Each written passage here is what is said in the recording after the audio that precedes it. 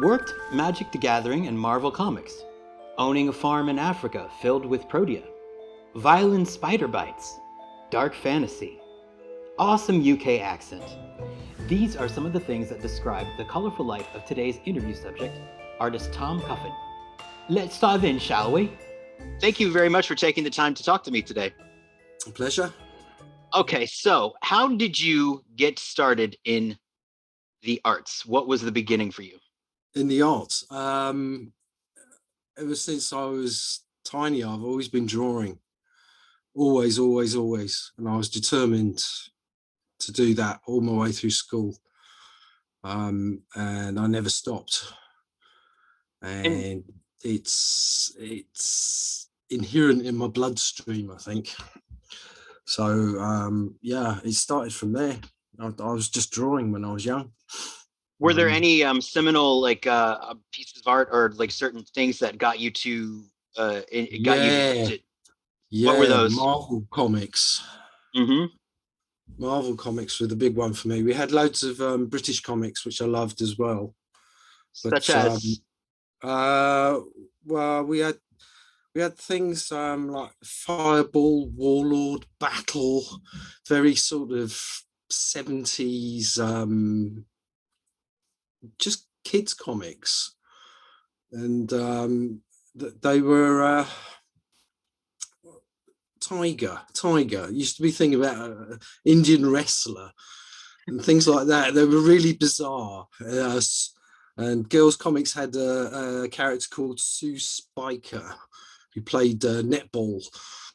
And yeah, so a comic about netball, there you go. But it was great and I loved them. And it influenced me so much, not just the art, it was the reading as well, strangely enough. Right. It was this world you could just enjoy every week for 7p or whatever, you know. and they were all different, they were varied. It just took you in, and that was the highlight of my week. They came out every Wednesday, I think, if I remember rightly, and it was like getting one of those was like, oh, wow, you know, that made my week. It was fantastic. So when did you decide to pursue it professionally, and did you what was your training? Did you go to school or were you self-taught? I went to art school. I did 5 years at art school. I was growing up, I was determined to be an artist. That was it. That was my ambition. Everything else just fell by the wayside. I mean, everything, literally. The only thing that didn't fall apart was sport.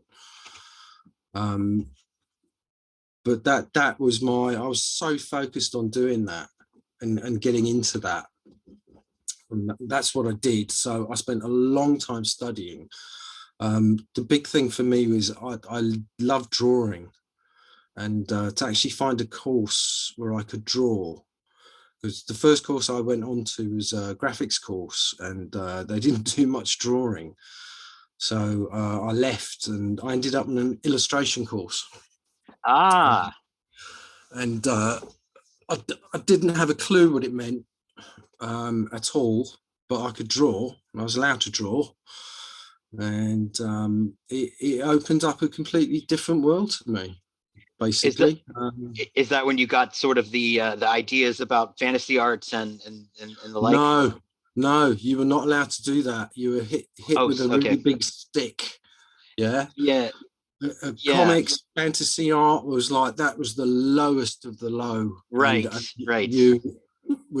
Actually, my friend and I got into massive trouble because we were both drawing comics, and and then on our third year, we got hauled up in front of the headmaster, and he said, right, as punishment, you have to do a mural on a wall in a comic style. And that was like, really? Yeah. So we sort of chipping away at them as well. Well, that's weird that you got in trouble for drawing comics. Yeah. And then they asked you to do a mural that was comic style? It was very underground, very frowned upon, especially as a career. You're supposed to do proper illustration, like etchings and things like that in books. Hmm. And they didn't really know about it, basically. And I was in college, and we had a tutor. Do you know Deadline, Tank Girl? Yes, yes, yeah. She worked on that, and we got to go and see the editor. Oh, And he started offering me illustration work from there. So I was actually working when I was in college, oh, wow. and the tutors really didn't like that very much. What do you know? So What is it with teachers? Because I've talked to other MTG artists who have gotten work in college, and there seems to be this problem. And it's like, well, why would you have a problem with it? I'm going to school to do this. I've got a job doing this. You should be happy, right? it was outside their influence, basically. Oh, Um, that they were supposed to be teaching us for the full duration of the term, and then we were supposed to go out and work. And I was already working before I'd even got out of there, so that was like that. Didn't put me in their good books. So, but like you say, it's like, if you are working and studying, I think that's a good thing, and I consider it professional practice, because that's the only way you'll learn. What I was taught in school and college didn't really translate that much to actually getting out there and working. right. And that was a big thing. And I always remember, it's like, I've chosen this career as art. I'm going to be in this attic, and I'm going to be starving. I'll never be able to buy a house, anything like that. And I thought, right, it's a mindset. How Right. do I make money out of this? And it's like, I want to make money out of this. I want to make a living. I want this to be my living. And it was just determination. It was Hmm. pure determination. And it was like, right, okay. And I stuck my head down, got on with it, and it worked out. So it was a good thing in the end. Absolutely. How many hours a day do you usually draw or practice or along those lines? I've got to be honest and say I draw very, very little now. Very, very little. I've been through the industry, I've been through the whole process. I got extremely burnt out by it, Mm. and I don't freak out when I pick up a pencil, but I have to sort of go into this meditation of like, relax, just do it, and it's like it'll be okay. Um, I've got a big thing of because when I started working, it's commercial art, so I'm always working for somebody. I said, we want this, we want that, we want it in the style of, and you're doing that. And if you're a fine artist, you're not working that way. And I've sort of come a long way round, and it's like, hang on a minute, I want to do my own stuff.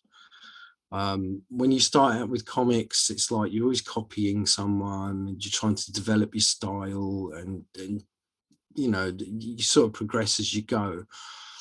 But ultimately, you want to just be you and draw like you, and people look at your work and go, oh, that's so and so, just by looking at the work. I was very good at copying people, so And that's a it, marketable skill. it's a highly marketable skill, but it held me back from developing my own stuff in a way. Right. I was always working to print, so I used to really fine, minute, detailed things. Sort of 0.001 pen and tiny, and I'd spend hours on these things, and they look at it and they go, "Oh, can't print that."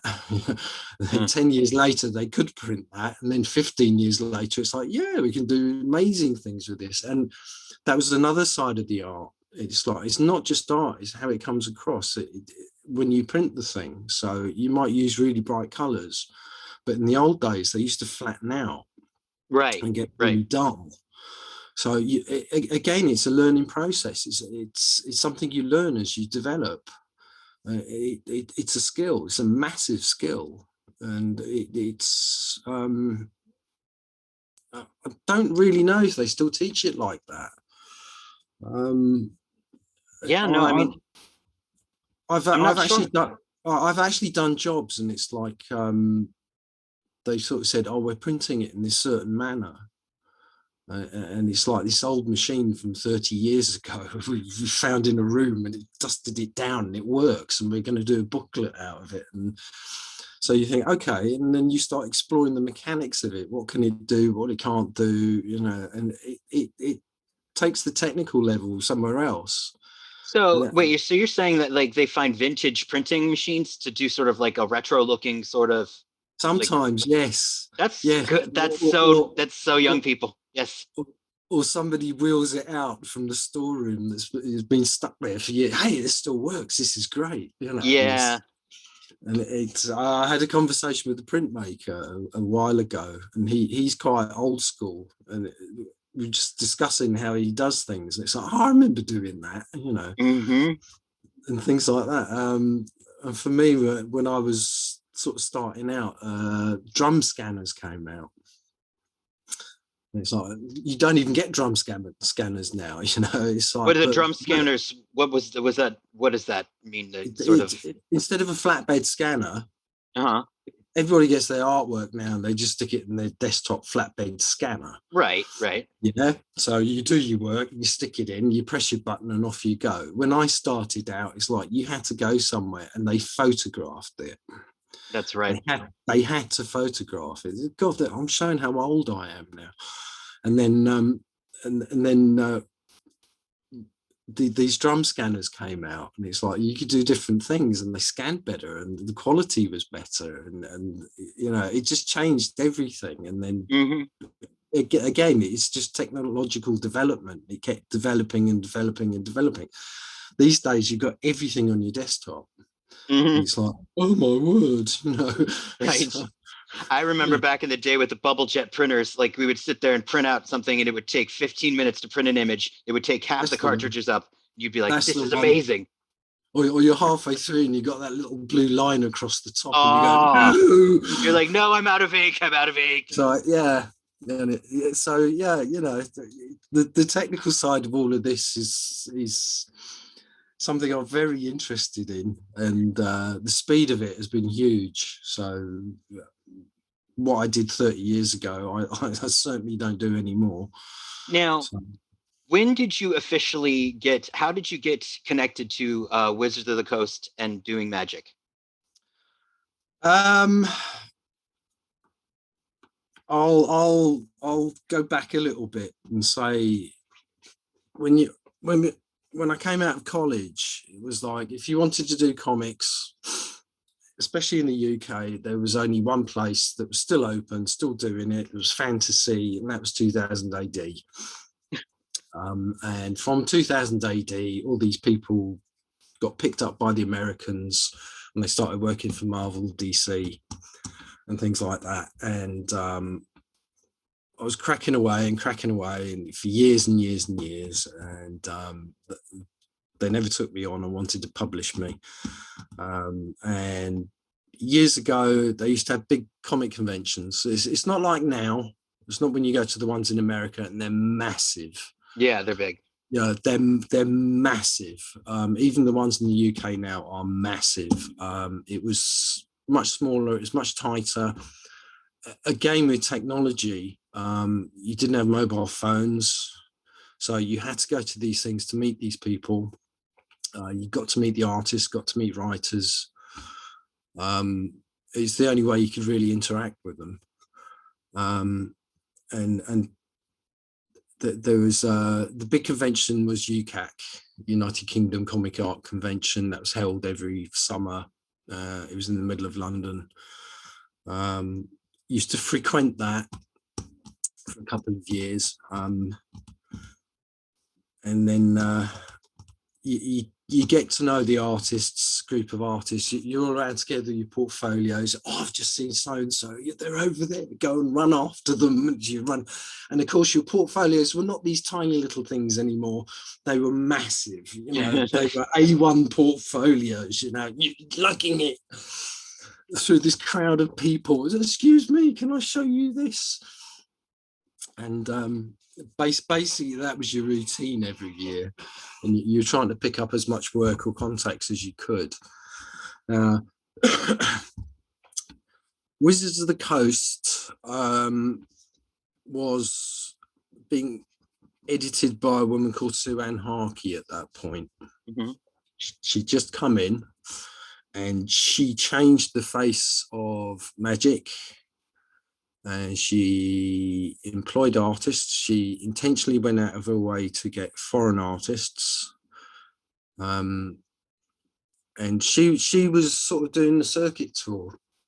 Why do you think she went out of her way to get foreign artists? I guess what was the she was really forward thinking. Mm-hmm. Really forward thinking. She was amazing. She's absolutely amazing. She changed the shape of Magic from being a little sort of cottage industry, and she made it massively international. Gotcha. She just drew in so many artists, really big artists now. And she was just quietly sitting in the background. A friend of mine told me, "Oh, she's down there. She's down there." These conventions went on for 2-3 days, and I'd been in and I'd gone home, and then my friend came back and said, "No, she's there. She's there. It's like you got to go down and see her." So I did, and basically, and it started from there. And it was really quick. It was really simple. It was really easy, And it was like, for all these years of struggle, and it was like, all of a sudden it was like, oh my word, that was it. It's just chance meeting, the right time, the right place, and it just worked. And she was just unbelievable to work for. She changed the face of it, because you could get a big payment for doing one of the pictures and they'd own it, or you could take a small payment and they give you a large royalty, and that was unheard of. That was totally unheard of. And it was like, right, somebody's treating artists well. Right. What's going on? This is so wrong, but it's right. And she really changed everything by doing that. I think I'm not sure about the details of it, but I don't think other people were too impressed with what was happening. I think that there were people who were maybe like not of the artists community who were unhappy with it. I think that the artists were for it. I think it were the powers that be were maybe less than happy about it. Yeah. I don't really know the politics. You can still read about it today. It's like it's quite a footnote. Yeah, it is. It definitely in Magic history. But that for me was a real starting point for Magic. It changed the face of it completely. There were good artists before, but it really upped the game. I mean, it really upped the game. You had people like Ian Miller working on that. Ian Miller's like, my word, incredible artist. And it's like nobody could find him or get in contact with him. All of a sudden he's doing these Magic cards, and it's like, wow, and just the people that she got, like Rob Bliss, people like that, just amazing, absolutely amazing, and she really, that's interesting that she was able to tap into the whole foreign market, which, because now looking at Magic today, it's very heavily populated with artists from all over the globe, some incredible talents, and it's cool that she was the one to sort of spearhead that idea, because it seems like an obvious thing to do in hindsight, but at the time it probably wasn't. No, it was like I said before, it's really forward thinking.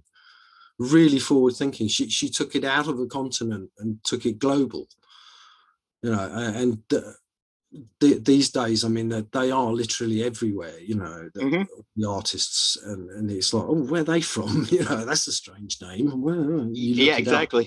Like, wow. But that's also technology has been able to do that. So the world's opened up. But when she started out, it was like, no, she was still getting on a plane. She was hunting around. She was looking. It was her vision. It was a real vision. And, it was like just such forethought for that. It's huge. And that's grueling too, having to get on the plane to actually like headhunt a person down like physically to find them. I think she had an amazing plan. I Yeah, really well, do. I mean, I would have pussed out. I could have. I plane rides. I'm just like, I couldn't. I'd be like, I quit. I suck. I'm out. Well, the amount of traveling she must have done, it was like that's probably what annoyed everybody. It's like these costs are rather high. It's like, Right, yeah. But you got to spend it to make it. yeah. So what was your first card for Magic? Do you remember which one? What was my first card? Oh my god.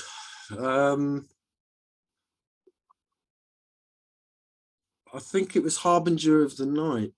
Okay, so you right off the bat were doing the dark stuff because I noticed that not that Yeah. it. No, she picked me out for I didn't know what was going on, quite frankly. She just literally used to phone me up and say, right, we've got these cards, it's called this, it's on a green background or a red background, whatever it is. I remember Harbinger was there, and I think it was the Jungle Worm. Mm-hmm, mm-hmm. I, there were two others, but I can't remember what they were. Those are definitely one of the earlier ones. So Now, and what were the directions for, like, for example, like for Dark Privilege or for like say Marsh Lurker? Were you able to exercise some creativity of how you drew them, or were things very specific? it was almost just the title of that.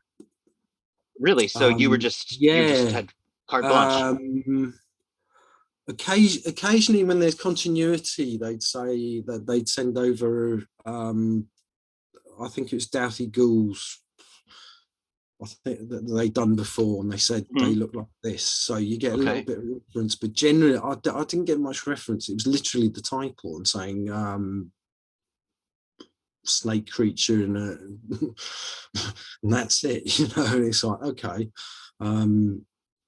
For me, I'd get the title, draw it up, I'd fax through the rough, and they'd approve them, and that was it, and just get Now, on with it. So now a question about rampant growth. It is one of the more disturbing rampant growths I've seen. really, I, well, yes, because okay, there's something happening, and I was talking to some people about it. I'm like, I can't tell if something is burrowing or emerging or hatching. It could be all three. What was the directions on that one, and what was your intentions? Because I'm very curious about that.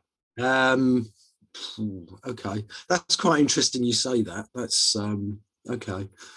Um,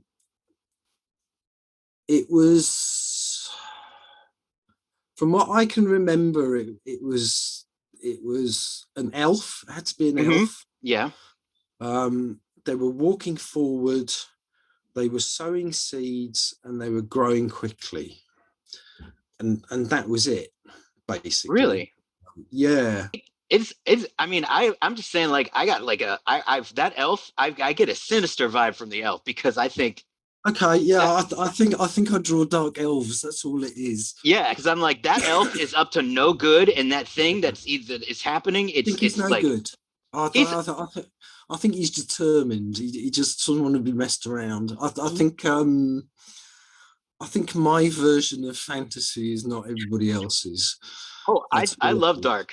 I love dark fantasy. I love it. Yeah. I love the fact that your stuff is a great sort of, like sort of like homage to that. Are you a big fan of horror? Do you like certain? Um, I'm definitely I'm not on the nice side of life. I find it very difficult, sort of doing unicorns and things like that. No, no sunshine and farts. No. They are there occasionally, but it's not in my nature. Uh-huh. And and even looking back on it, it's like, yeah, my stuff is dark. That's just, it's just what I do. It's what I come out with. I've done a lot of creature sort of roughs and inventions, and they're quite dark and horrific, and they're not intended that way, but that's just how I see them. That's how I think they'd be, and it's my vision. That's what my vision is. It just comes out. It literally just flows out. I don't even think about it too Well, that's much. authentic. It should be what, I mean, whatever comes out, it comes out. And I mean, some of my, I mean, like if you look at some of like the greats, I mean, like, their dark art is really, there's something to it. But like you said, up until recently, there's been such a sort of like a snobbery towards fantasy art, towards horror, towards all of the science fiction, that kind of stuff. And only until recently has it been finally getting the credit Mm. that it deserves as being legitimate high art. Yeah, yeah, And definitely, it's and definitely. it's and it's long overdue. It's definitely long overdue. But at the same time, though, what's cool about you is that, even though you do have, your dark takes, you've got such a diversity in your portfolio. Like, for instance, what I'm curious about is the children's books illustrations that you've done. They're just, you wouldn't guess. You would be See, like, they're not all dark, are they? no, No. no, no, no monsters in those. Like, probably the parents would be a little I ticked. think the dark stuff was just me growing up, and that was just releasing my angst. Yeah, it's. I've also purposely said, right, I'm not going to do it in a nasty manner. It's got to be nice. Again, that's being an illustrator, so it's like this has to sell. Hmm. And yeah, you do need the unicorn doing its fart. So yeah, You know? and expand your repertoire as well. So it's like that's the other thing. Was there It's like, anybody was there anybody specific in mind when you painted the I believe, or that's charcoal of the philosopher? which one's that one? It's a silhouette of a man smoking a cigarette. Oh right, that was I can't. I think it was it's a very famous French philosopher. Can't Oh, I remember was if it's like, Jean Genet or somebody like that. oh, okay. That was for an illustrated book. And So yeah, I thought for maybe it was David Lynch because he's always smoking those no, cigarettes. it does look a bit. No, it is long before David Lynch. So and I think their ideas are even further out than David Lynch when you actually look at them closely. There So you go. That's out. yeah, Because Eraserhead, that was an experience. Uh, yes, that was. yeah, I needed a Valium after Did that you? one. No, but I just wanted one. Kidding. I just yeah. It was vicious in a sense that the that whole, I mean, I guess it was his whole like thing about the anxiety of becoming a father, and I can't get pregnant, so I'm lucky, I guess. I remember watching that and just walking away and going, okay, Yeah. okay, it did something profound. I'm not quite sure what it did, but it did. Hmm. So, you know, My one friend was like, I could have just gone to the dentist if I wanted to go through that, and I was like, well, that's no, not no, very no, nice. no, no, no. I don't think it was anything comparable to that. No, I enjoyed it. It definitely, you definitely walked away and you had to think. Yeah, It exactly. made you think. It made you think, and that's a good thing. What you're thinking is another thing, but yeah. But one thing I was curious about too is, even though I know that you said that you got burnt out on doing sort of reinterpretations or having to do things in the other styles, at the same time, it must have been pretty cool to get the Marvel stuff, in your Yeah, portfolio. that was a dream come true for me. Right. That So really was. That was like heaven. so you I you love. you didn't mind doing the reinterpretations of those, I'd No, imagine. no, no. That was fun. Even then, I was left to it because I painted them all. There was um, they were quite specific because some of the characters were from a certain period, and Cyclops is a really good one. That was like I very rarely get things sent back that I have to change, and that one got sent back 5 times, and I remember it got sent back 5 times because that's the first time it's ever happened. And what was the issue? The visor. No, the visor. It was the visor, and it was like not the visor. Yeah, no, it wasn't the right shape. But the final pieces, I mean, it's awesome. He's just like, Grr! Yeah, it came out all right in the end. That was all right. Got it done. But yeah, that was. It's funny. Each little painting has a little story to it.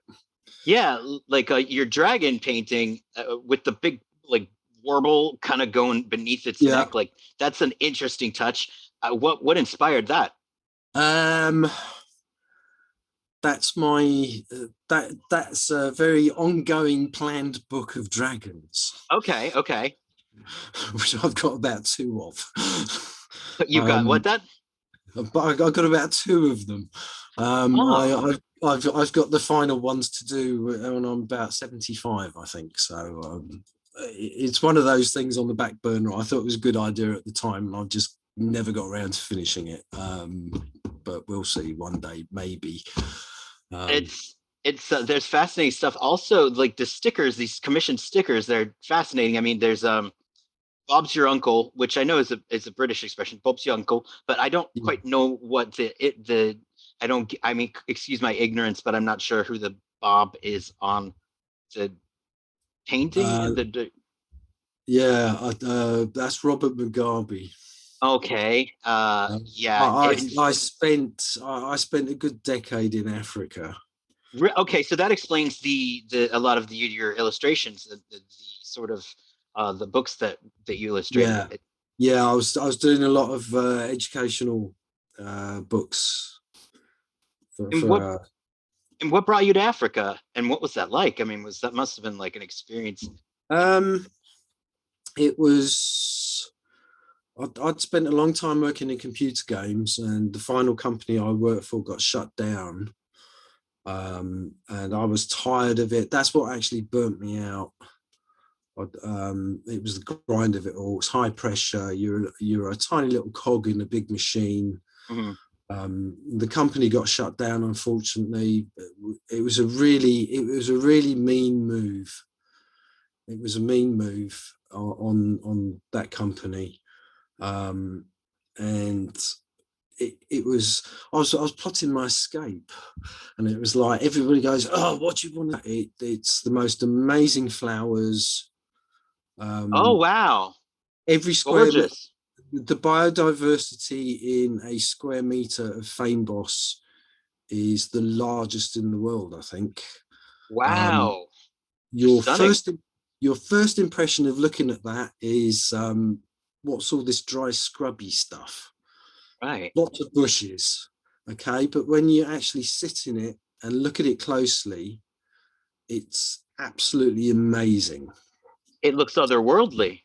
It is. It's completely otherworldly, and basically it works on fire, and it goes through cycles, and it has to burn, and it has to burn at the right temperature. The ground just gets laid bare. It looks like a moonscape, and you think, oh my word, it's terrible. You know, there's nothing here, and literally the day after, flowers will start popping up. And it changes every single day. Really? It's fascinating. It's absolutely stunning. It's absolutely stunning. Do you have paintings of those just laying around? I imagine as an artist, it would be impossible not to. When I first arrived in Africa, it was like the colors were different, the light was different. I couldn't even begin to start doing that. I was just too busy with my jaw at my feet going, wow. Right.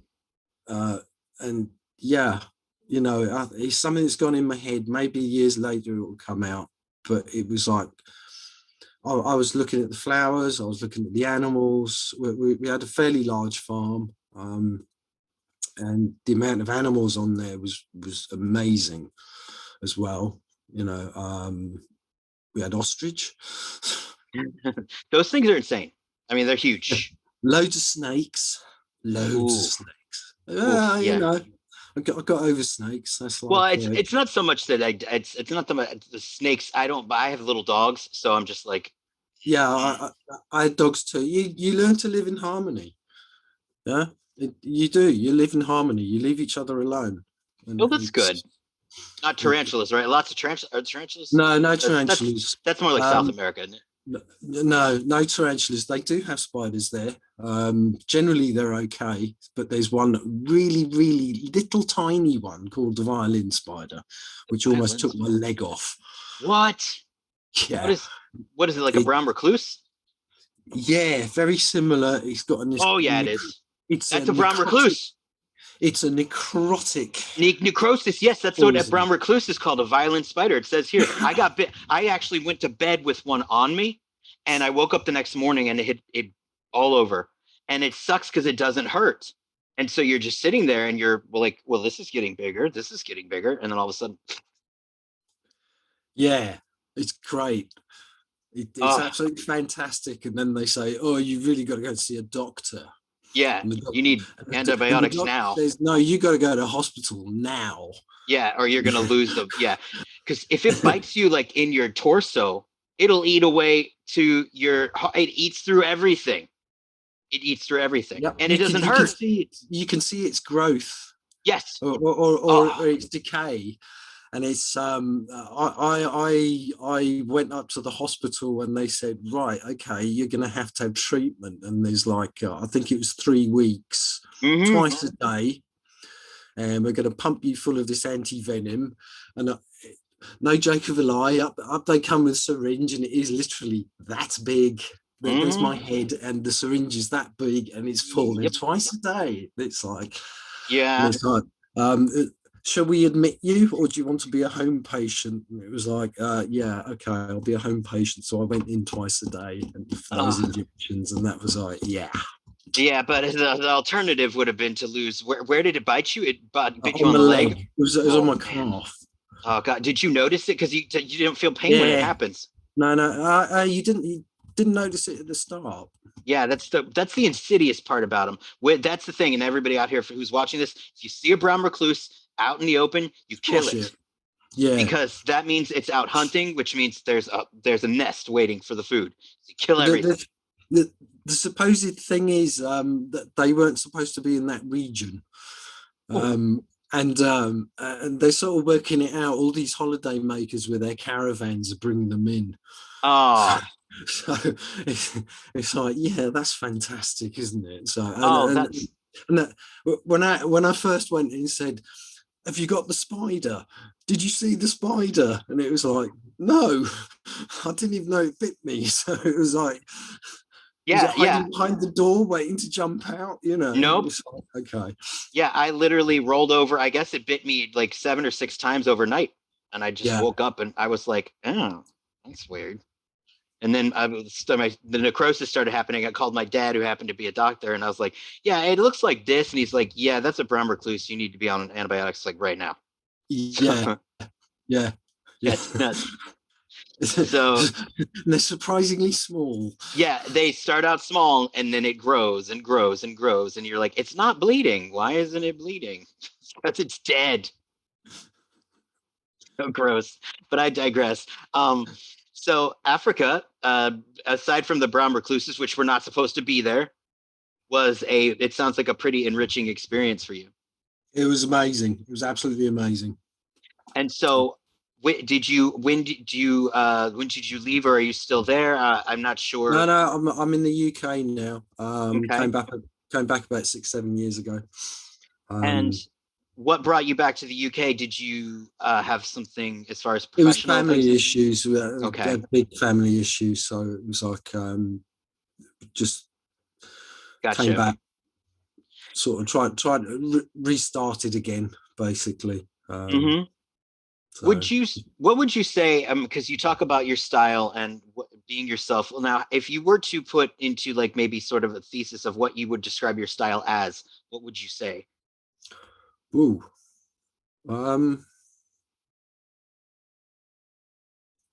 Yeah, all right. That's put me on the spot. Well, I don't mean to. Um, Anyway, you can take some time to metacognate because, like I said, we can cut things out. So if no, you no, think of it's it got to later be on, instant. It's got to come out. First thing I say was like dark gothic. hmm It's definitely dark gothic. There's definitely an element of darkness in there. But then, like you said, I've done children's things, and I'm trying to do the opposite of that. But I'm doing that on purpose as well. right? Um, I'm for me as an artist now, I'm trying to do less with more or more with less. So for me, it's about making marks.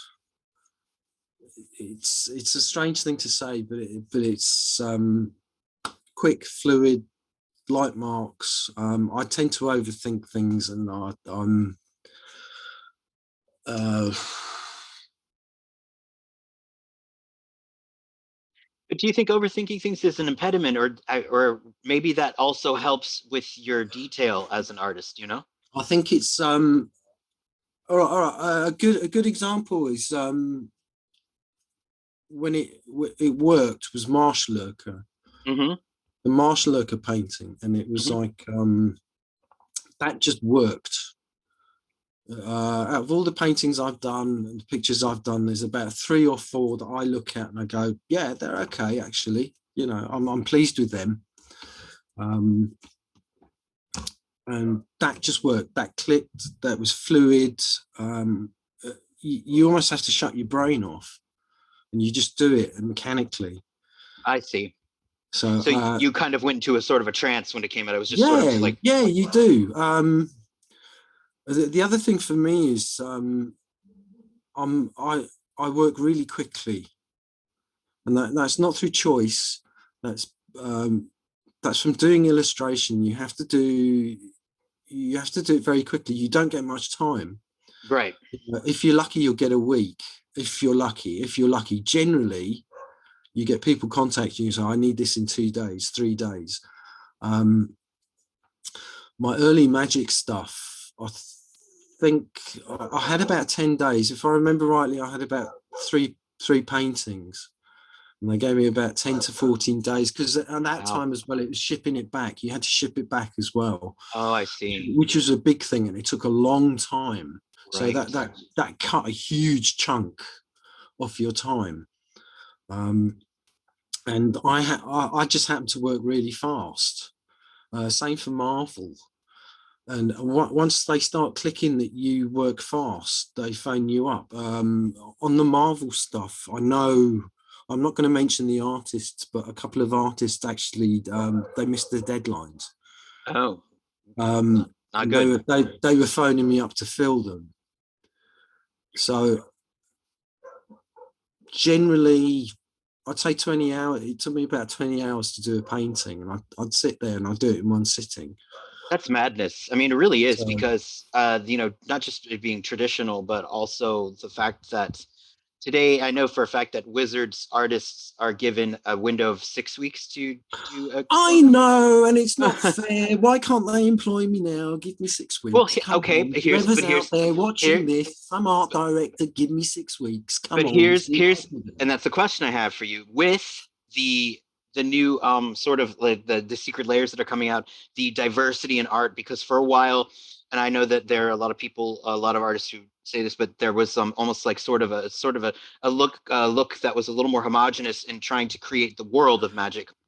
Yeah, But now I think that there is people are starting to embrace the different styles, the different types of art that can come into magic, and the different artists, and they're also giving a place for the vintage artists to sort of have their day in a secret layer or in these special editions. Is there any interest on your end to do something like that? Yeah, if somebody would approach me, I'd love Well, to. that's why I'm putting it out there, because I'm like, I say this in every interview, but I just love the idea. I love like somebody coming back for, a visit. I love when a character returns for a sequel. I love that kind of stuff. I like full circle. So I'm for that, definitely. It's I have to say it'd be interesting because these were done like over 25 years ago, Hmm. whenever they were done. I don't work the same way. I don't paint the same way. I don't do anything the same way. So to revisit something like that would be quite different. The only things that I do when I go back over stuff is when I'm doing commissions for people, Hmm. private commissions, and that's like, yeah. Was And that, is it different in the sense that you have to be sort of like structuralized, or I guess what they want? um if they're picking a card and then they ask for a commission, and it's like we like it in the style of what the card was, Oh, it's they like want it like repainted. I have to revisit what I did. And it was like I didn't like that. I know it wasn't No, nice. Yeah. you're And not alone. You're not alone in that. I think there are some artists who don't mind it, and then there are some that are like, just it gives them the wicked heebie-jeebies. So, you know, yeah, it's really nice when somebody says, yeah, just go for it, do whatever you want to do, but even then it's a blank bit of paper and it's like, what do I do? But then sort of revisiting things. I mean, a really, really good one is the Quirion Ranger. hmm Okay. that's a fun one. I mean, and that's an interesting. She's interesting. Like, she's got an interesting look. I mean, was she based off of a person, like an actual person? I mean, No, she's so, no, but she's so like, no. she's so I don't know, not, I don't want to say lifelike, because it's like they all appear lifelike, but there's she seems so fully like realized. Okay. Like I was saying, every painting has a story, yeah. Hmm. The story with this one is this was another last minute one. This was a real rush job. I think this came in with the Rampant Growth as well, if I remember rightly. Um, Hmm. um, my deadline was like stupid. It was absolutely stupid. And I rushed them, Uh-huh. and it shows I rushed them, Yeah. and I'll admit I rushed them. Um, and then all I know is the title of a card. It was an elf. She was writing something on the forest floor. That was it. Boom, gone, done, forgotten about. And then these things keep popping up later and later and later. And it's like, could you sign this card for me? Could you? And why is it all Quirion Ranger? Why is it always this? And then somebody actually explained it to me, so when they were playing cards. I don't actually play Magic, so but Right. somebody very kindly wrote me this exceptionally long letter explaining why this card was so important, and it was like, oh, okay. Hmm. So somewhere in some footnote, I'm attached to this footnote because of this card. And to this day, it's like that is the major card that comes through for Hmm. requests. it's And uh, it's insane. It's insane but here's the thing. It's like, whenever you are a part of a game that will, like, is now currently one of the biggest games in the world, you're part of it, and that's exciting. But yeah, that's just, there's something about it. I don't know. It's always fascinating when I find that artists are like, oh, that was a nightmare to do, or I was rushed to do it. And it's like, really, I wouldn't have guessed. There's just something interesting about her, and I don't know the look on her face. What is she? I mean, it's like, I feel like somebody's approaching her, or, and I'm not sure what the dynamics are, but it intrigues me. it's that's good. I'm pleased you said that. I don't get that perspective because I'm doing it, I'm going, Yeah. oh, that bit's horrible, and that bit's and that's horrible, and oh, that's drawn badly, and that's all I see. But Right. from an outsider's perspective, it's completely different. And I have to Yeah. say, for me in the Magic community, I'm in awe of the people, just their dedication, their love for the game. It amazes me, and just even after all these years, they're still so into it, and I can only just say wow, and they pick me out, a tiny little person who's done a few cards, and they're going, oh, I love this card, and could you sign it for me? And it's like, I really, really, for me, the fan base of the whole Magic thing is just awesome. It's absolutely awesome, and I'm totally in awe of it. It's definitely got there's an interesting mix of art appreciation and of nostalgia and of just like if any card is with you during a formative moment, like if you win a game with the card, or if you are have a particularly like wonderful day while playing Magic, it infuses itself into your like actual like memory Yeah, banks, and then it yeah, becomes something bigger than what it is, and then yeah, it just amplifies from that. yeah, definitely, most definitely. My my development, my career was like, okay, I don't see myself as a great artist or this or that. I just do what I do. If somebody likes it, I think that's great. But the biggest purpose for me, and I've always felt this, it's like if I can influence someone to do something, you know, from my drawings and my paintings, it's like I'll have achieved something. And this totally came back to bite me in Africa. There was they were doing a very tiny little convention in Cape Town. I got in there on a second year, and all these artists are sitting around me, and it's like I don't know anyone, and they're all coming up to me and saying, I used to collect your cards, and I had your Marvel cards, and I had your Magic cards, and I had this, and you influenced me to do this, and these totally amazing artists. And I thought, wow. So what I dreamt of came true, and I didn't even think they sold in Africa. Wow. And That's yeah. and they did. They got them somehow, and it was incredible. It was absolutely incredible, and the actual art was just like wow. It's beautiful because you can't possibly guess that you're gonna do that, and then when you find out that you've done that, it is. And I always say it's like an artistic. They sort of have like a family tree, and when you have an artist who is like your artistic father and artistic mother, and you sort of take on the elements, and then you create your own style, and then there are artists that follow you that are going to then have the same sort of reaction. So there is sort of a lineage to it. It's even in just a tiny little microscopic speck. If I've influenced them, I just think, wow, that's cool. I hope you picked up the good bits and not the bad bits. So, I think that you've influenced people. In fact, okay. it's sort of like it looks like just looks like classical painting. But that's another sideline of mine, horse painting. It's there you go. I mean, and So people, I mean, it's like horses can't it's go for all these wrong, trainers. It's all these trainers and jockeys. When I was in Africa, there were lots of stables, so they've all got these race horses, and they want paintings of and their horses. it's like, yeah, here's your horse. I You know, mean, they're gorgeous creatures. I mean, like you can't take you can't like there's not a bad angle from a horse. You never see a picture of a horse oh, and you're there like, are, there are. I haven't seen it. I did hear a horse have really bad gas once, and that was Yeah, hysterical.